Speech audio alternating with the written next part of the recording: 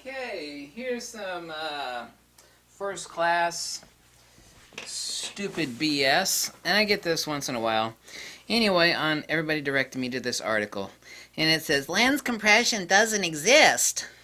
Yeah, it does, girlfriend. I'm sorry to tell you, it does. Now, this is what happens when measure baiters write articles about photography. Okay. Now, first, let me ask you a question.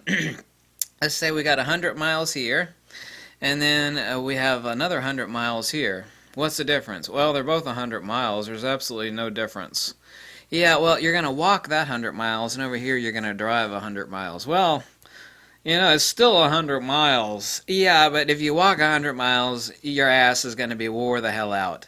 If you drive 100 miles, you can, scratch your privates and text on your telephone and do it one-handed. Big difference. And sip on a big gulp. You see where 100 miles is not 100 miles? Now, anyway, a bunch of people were directing me to this. I said, is this true? Does lens compression not exist like this article says? Yes, girlfriend, lens compression does exist. Yeah, but he says here it doesn't. Now, I love the fact that this knucklehead shows an image taken 145 millimeters of a little house on a hill. It's like, okay, well, there's the house in the hill framed about yay big. And then he takes at 145 millimeters, okay?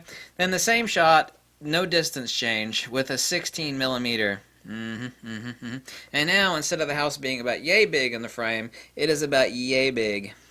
So he crops both of them in and overlays them and shows that the mountain range behind them and everything is perfectly the same. Yeah. You see, if you have a house that's about yay big in the frame of your camera, whether that's FX or DX, that means there ain't too many photo sites covering that house compared to that house on the 145 millimeter. This is why compression does exist. Now, this is what the person says. You'll see the difference here. The 100 miles versus another 100 miles. 100 miles is not 100 miles. You realize that when you take a portrait of someone with a telephoto lens and take that exact same shot with a wide lens from the same spot, but crop into that image, this keep being the key point right there, the compression will look identical. Yeah. The only problem is that excuse me, if you stand at the same spot, for example, and you frame somebody that's 30 feet away with, say, a 300 millimeter 2.8, which is a great portrait lens, 300 millimeter 2.8, 30 feet away or so. Okay, and then you take a 20 millimeter lens, which is an ultra wide lens. The person's head is fully framed inside that vertical shot, the portrait shot, right?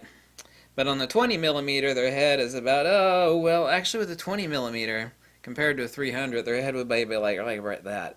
And so if you blew them up to the same size, one would be incredibly fine and buttery, and the other one would be really gritty and grainy. You see, this is why if you stand in the same spot, lens compression does exist.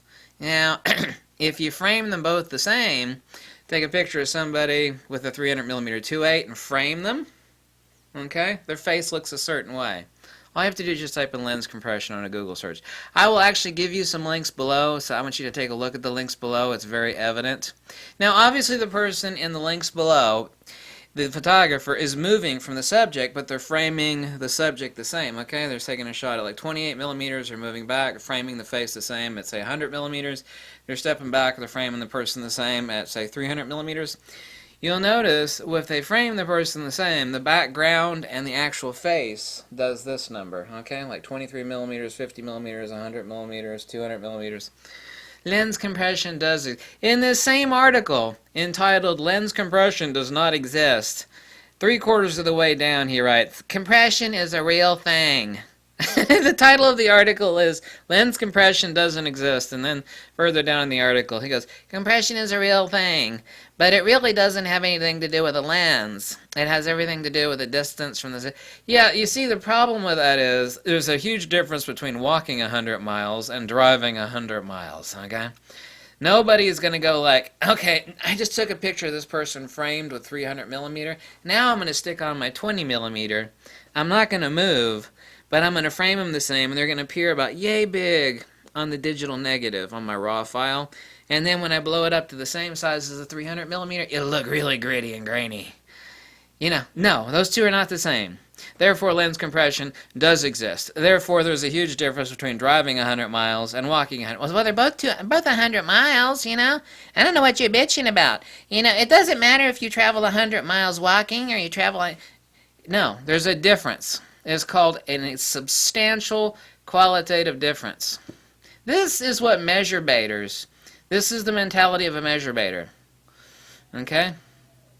That's the same reason that a Roman arch, for example, if you take a piece of concrete, or in their case brick, if you spanned it flat, it would hold up, say, 1,000 pounds. But if you arched that same piece of array of bricks, it will hold up like upwards of 10,000 pounds. So you have the same thing laying flat, it will only hold up so much weight. If you arch it, as the Romans discovered a long time ago, you could take the exact same bricks and build an arch out of them, and it'll hold up a lot more weight. This is where 100 miles is not 100 miles, and lens compression does exist. He said, lens compression has nothing to do with the lens and everything to do with your distance from the subject.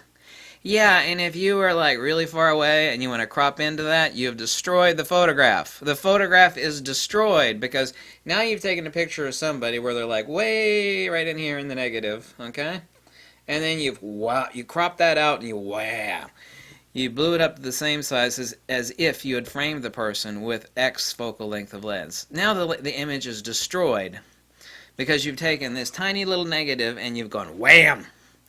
And now there's not many photo sites covering that person's face, or a building, or whatever the hell it is you're doing. So lens compression does exist. Okay? If you're going to frame somebody's face, you're going to frame somebody's face. Photographers don't think, no professional photographer thinks, well, I'm going to step back about 10, 20 feet, and then I'm going to stick on a wide-angle lens, and since lens compression doesn't exist, I'm going to take a picture of them, and they're going to appear like that small on my negative. You don't do that because that's a destroyed photograph. You don't have a full-frame sensor camera, which, by the way, has a lot larger photo sites usually, and then when you blow that sucker up, that's an issue.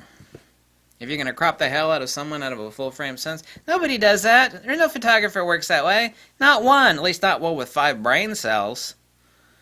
You frame the person. Here's rule number 1 of professional photography.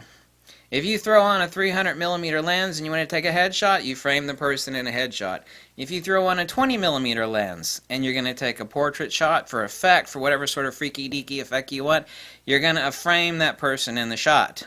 However, that's not too flattering at 20mm. Flattering doesn't really start till at least like 40, 45mm for a person's face anyway, so you wouldn't do it with a 20.